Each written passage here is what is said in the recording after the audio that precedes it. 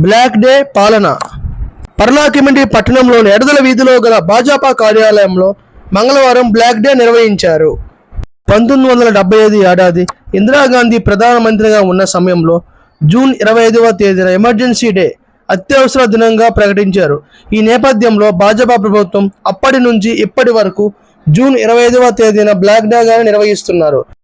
ఈ నేపథ్యంలో భాజపా కార్యాలయంలో ఏర్పాటు చేసిన సమావేశానికి ముఖ్య అతిథిగా దేహీ మఠం మహంతి రామానంద్ దాస్ మహారాజ్ పాల్గొని మాట్లాడుతూ ప్రజాస్వామ్య హక్కులను కాలరాస్తూ దేశంలో ఎమర్జెన్సీని ప్రకటించి నేటికి 46 ఏళ్లు పూర్తయ్యాయని, ఎమర్జెన్సీ వల్ల ప్రజలు అప్పుడు చాలా కష్టాలు ఇబ్బందులు ఎదుర్కొన్నారని గుర్తు చేసుకున్నారు. ఈ కార్యక్రమంలో మోహన ఎమ్మెల్యే అభ్యర్థి ప్రశాంత్ మల్లిక్, జిల్లా యువమోర్చా అధ్యక్షులు బాలకృష్ణ పాత్ర తదితరులు పాల్గొన్నారు.